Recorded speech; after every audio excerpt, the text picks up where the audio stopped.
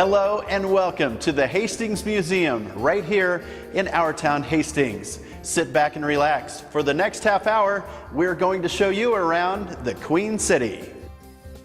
Our Town Hastings is located right smack dab in the center of America at the intersection of Highways 6 and 281. With a population of 25,058 people, Hastings is the 7th largest city in the state of Nebraska. Our Town Hastings is known for many things around the state of Nebraska, from the Fisher Fountain to the Naval Ammunition Depot. But over the past 87 years, nothing has brought Hastings more exposure than its 87-year connection with Kool-Aid.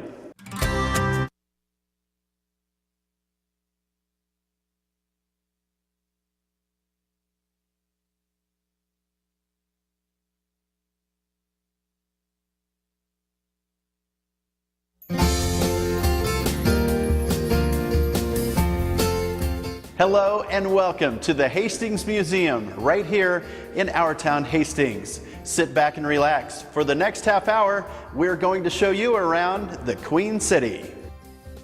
Our Town Hastings is located right smack dab in the center of America at the intersection of Highways 6 and 281. With a population of 25,058 people, Hastings is the 7th largest city in the state of Nebraska.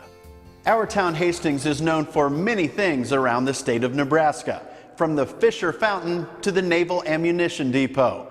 But over the past 87 years, nothing has brought Hastings more exposure than its 87-year connection with Kool-Aid.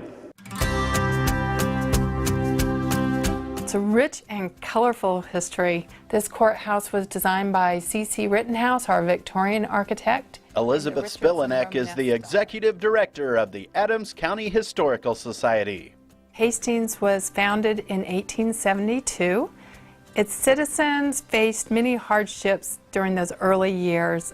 Some of these hardships included the Easter Sunday blizzard, grasshopper invasions, the county seat war, the streetcar wars, the Great Fire of 1879, the anything but gay 90s, and the dirty 30s. Despite the great deal of setbacks in their first half century, Hastings proved to be a resilient town made up of resilient people.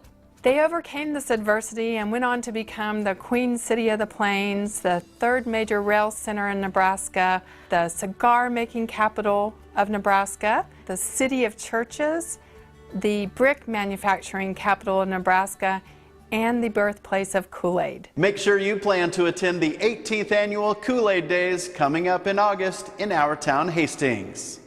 For the best edutainment-style films and recent hit movies, the 65-foot wide screen here in the Hastings Museum is a hotspot for enlightening entertainment.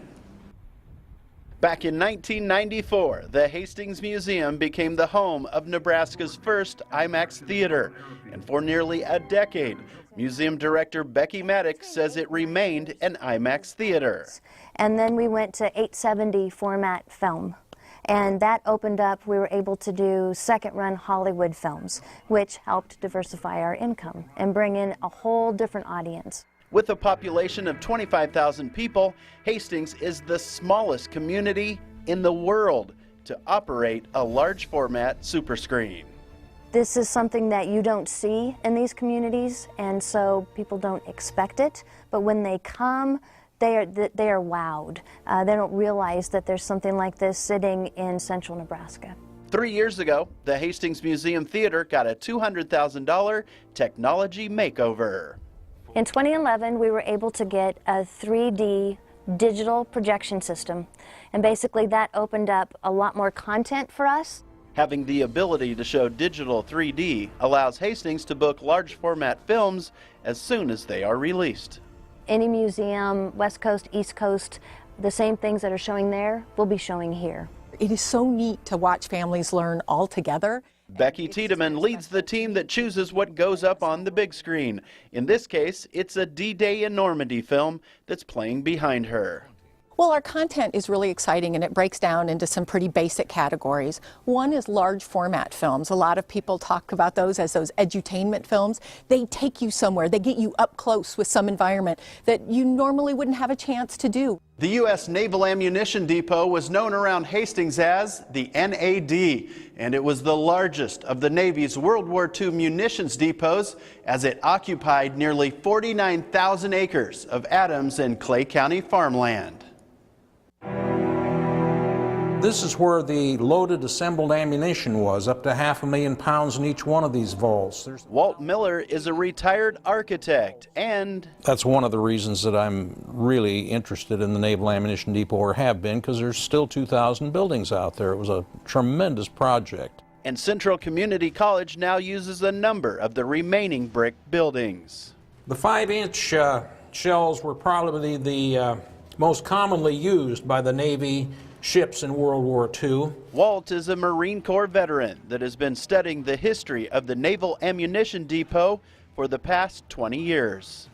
In 1940, the population of Hastings was 15,000 people. It was the third largest city in the state back at that time. The NAD opened in 1942, and 1 year later, the population of Hastings had jumped from 15,000 to 25,000 people. And today, in 2014, it's still 25,000 after 70 years. The impact of the Naval Ammunition Depot on Hastings is what's established the profile of Hastings over the years into the community it's become today. Miraculously, 5,000 construction workers built the NAD in just under a year at the cost of $77 million. World War II was a terrible conflict, the worst in human history. It was fought out on 6 of the 7 continents of our planet. It is rather hard for me to wrap my head around the enormity of this operation. It covered 76 square miles of land, and there's 2,200 buildings. Most of them are still out there, and they're very permanent buildings, very strongly built and so on. There's 300 miles of roads out there. There's 200 miles of railroad track out there. The perimeter around the outside of it runs for 40 miles. At its peak, the NAD employed about 11,000 people, and it produced about 40% of the naval ammunition that was used during World War II. The NAD had a 24-year run, opening in 1942 and closing in 1966. Back in the early 80s, Eileen Harmon took a decorating class with the intent of making cakes for her children's birthdays. Instead, she started decorating cookies, and it just so happened to be one of the best decisions she ever made. We opened in October of 1983. Eileen Harmon sold cookies out of her basement for the first year and a half. Yeah, I think Monster always really sells good then. She was dressed as the Cookie Monster when she delivered the cookies for free. We've made a lot of improvements. These days, this 1966 graduate of Hastings High School spends most of her time in the corporate offices. But I always really enjoyed working in the shop. I like the work itself, and I like all the customers. It's been one of the greatest parts of this business are the customers. They're very friendly and always very complimentary to what we do. both of Eileen's sons are now involved in the family business. It's great. We get along well. We work well together. Val's decorating a large birthday cookie, it looks like. Gabe was just 6 when he started eating his mom's colossal cookies. Whatever it is that we're doing, it's something that makes me want to eat one each and every morning. And let's just say he hasn't missed many mornings over the past 31 years. We did a little calculating. I've eaten over 4,000 of them, lifetime amount, so that should say something. We have 13 different flavors. The top sellers are chocolate chip and monster oatmeal. Eileen enjoyed baking in 4-H as she was growing up. But I think part of what really got me interested in the business was the business side of doing it, as well as liking to bake. In an average day with all the cookies of all different sizes, The total is over 2,900. It's reaching very close to 3,000 a day, just out of this store alone. Today, there are 21 Eileens Cookie shops, with franchises stretching out all across Middle America, from Wyoming to Minnesota and from South Dakota to Texas. Straight ahead, we focus on all that is great about a very vibrant downtown Hastings. Stay tuned.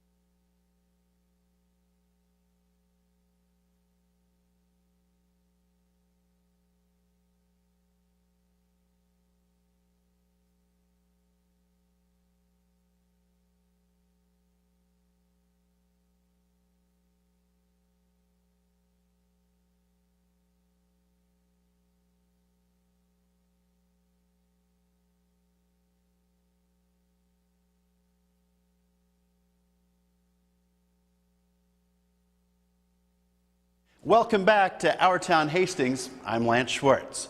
Back in the early 90s, Mike Nevrevy came up with an idea to light up downtown Hastings during the holiday season. 25 years later, the celebration of lights has become an annual tradition for thousands of people. The city's looking great, the downtown's look great. The Christmas tree went up in the Victory Building a while ago. We're going to light the lights here after a bit. Mayor Vern Powers welcomes the masses as they prepare for the flip of the switch with a variety of entertainment. 'Twas the night before Christmas when all through the house. It was about 26 years ago. We had a group of us. We went down to Kansas City. Mike Nevrevy fondly recalls the early days of the celebration of lights. A lot of people got together, put a little money in, each one of us, and got volunteers to go up on top of the buildings and start crawling around and putting lights on top of them, and that's how it got started, and that was, I can't believe it, 25 years ago right now. Mike takes very little credit for the success of this annual tradition in downtown Hastings. What I got started was a very, very small part of what's happened. What's happened is that there has just been a humongous number of volunteers and people that work with the BID and the Downtown Center Association and that have put this together every year, and they've just done more and more every single year and have made it a better event every year. After 25 years, we've pretty well got everything figured out and have it down to somewhat of a science. Randy Chick is the director of the Business Improvement District in downtown Hastings. It's really great to see. It doesn't seem like 25 years, but obviously it's been that long. It's just nice to know that people have something like this to celebrate the kickoff to the holidays.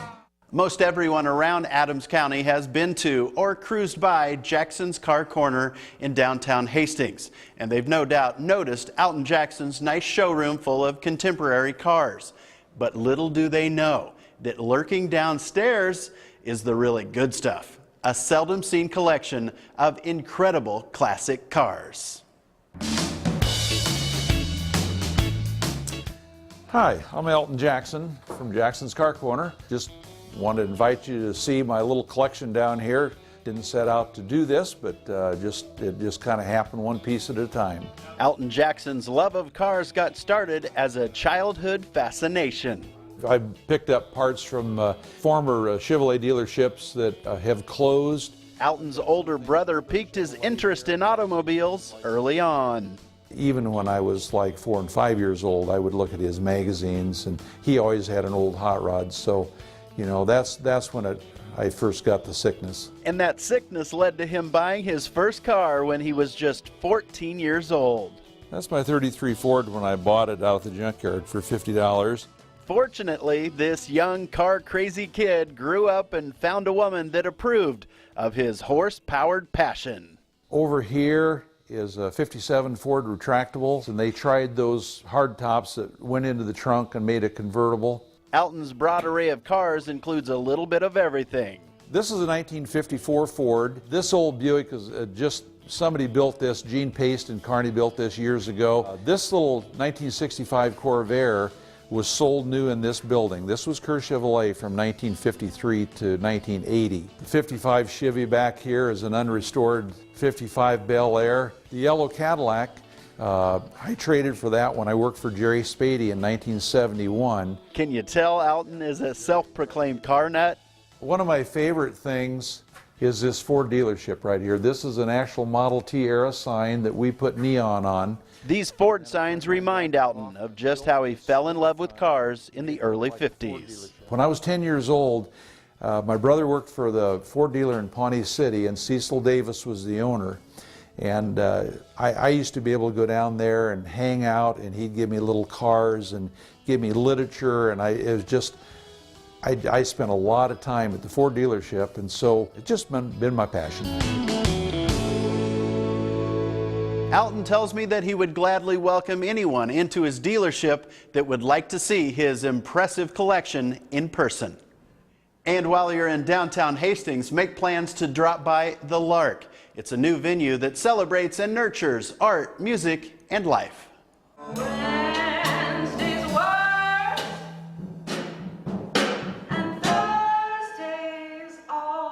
Our downtown is something that I am so very proud of, and a lot of people are proud of. It is growing.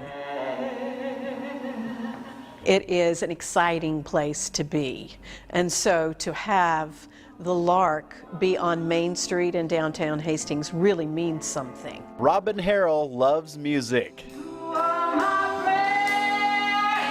That's why she led the charge to raise $1.3 million to restore this 135-year-old building.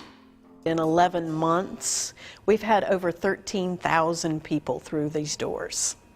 And so, yes, we thought we were filling a niche. I think we have. I think we have. 23 years ago, Robin created a nonprofit concert series. What we have just done when building the Lark in our first year is we have created a permanent home for the listening room. We've been renting spaces for over 20 years, and now the Listening Room Concert Series has a home. And the people of Hastings couldn't be happier. All our patrons of the concert series are so excited to come see it in this new space and celebrate that. I think what's really cool is that it's a historical building. Robin's respect for history can be seen throughout this 4,500 square foot space. Well, what we loved about this building were these beautiful high ceilings, but what we didn't know was hiding underneath the drywall were these beautiful balconies. Over the past year, the Lark has become a versatile venue for wedding receptions, reunions, and informal concerts. And when they come to downtown Hastings and come to the Lark, then they'll discover how great our downtown is. The Lark is sure to be a vital venue here in Our Town Hastings for many years to come. Coming up, we'll see how Hastings College is growing and how Duncan Field has never looked better. Stay tuned, we'll be right back.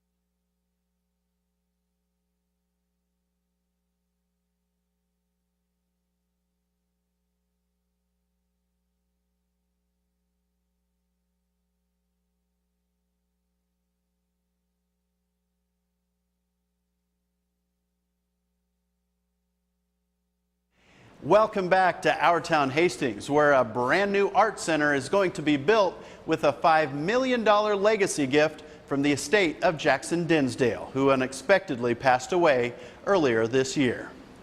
The new art center will be built right here on the northwest corner of the Hastings College campus. It'll be a wonderful tribute to Jackson. It's a $6.5 million project, so we've got a little bit of money to raise, but we'll certainly do that. I'm getting calls and emails virtually every day of people that want to be a part of this project. The Jackson Dinsdale Art Center will be a 25,000 square foot complex that will be an architecturally innovative showplace for the arts and a superb teaching and learning environment for students. We feel like this tribute to Jackson, built from his estate, is going to be a tremendous benefit to the college. I know Jackson well enough to know that he would have been really thrilled with this building.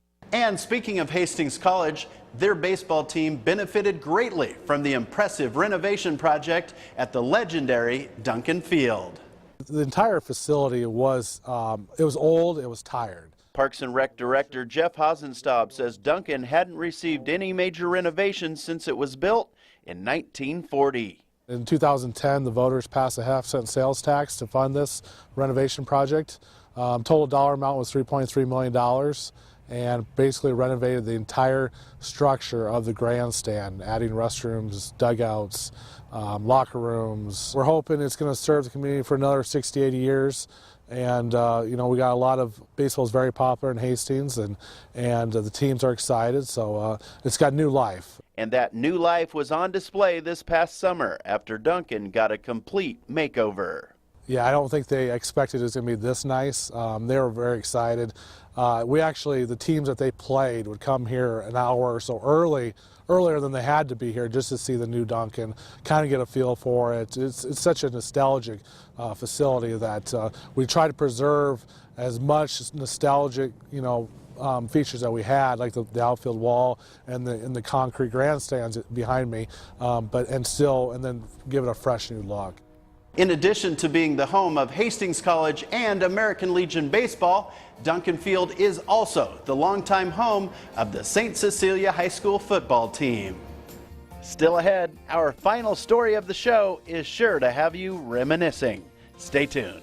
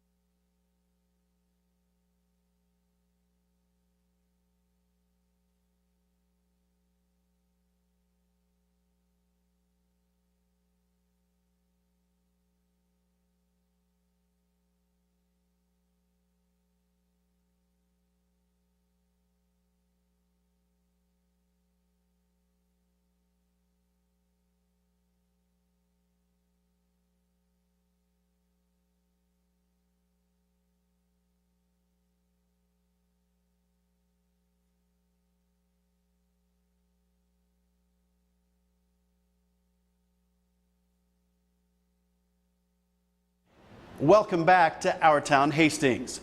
Gray Television Incorporated of Atlanta has owned 1011 for a number of years, and this past year they welcomed KHAS TV into the Gray family. The longtime Hastings TV station has a new future as the new NBC Nebraska, KSNB. One of the reasons this station actually was built in proximity to Hastings here is this is some of the higher ground in Adams County. Alan Erling was born and raised in Our Town Hastings. Well, I started here in 1980. I was a high school student, so I was working here part-time as a camera operator in these very studios. Alan worked his way up the ranks over the past 34 years to become operations manager at KHAS. KHAS went on the air in January of 1956. On June 13th of this year, KHAS turned into KSNB, and Alan became the station manager. The new owners, Gray, were very swift on, making sure that we were brought online with KSNB, and now, they've thrown a lot of resources into that. For the first time ever, we're covering our whole market area, including Lincoln, so that's a pretty big deal.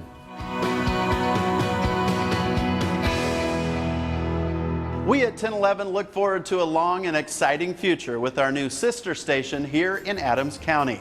Well, that'll do it for this edition of Our Town Hastings. For everyone at 1011 News, I'm Lance Schwartz.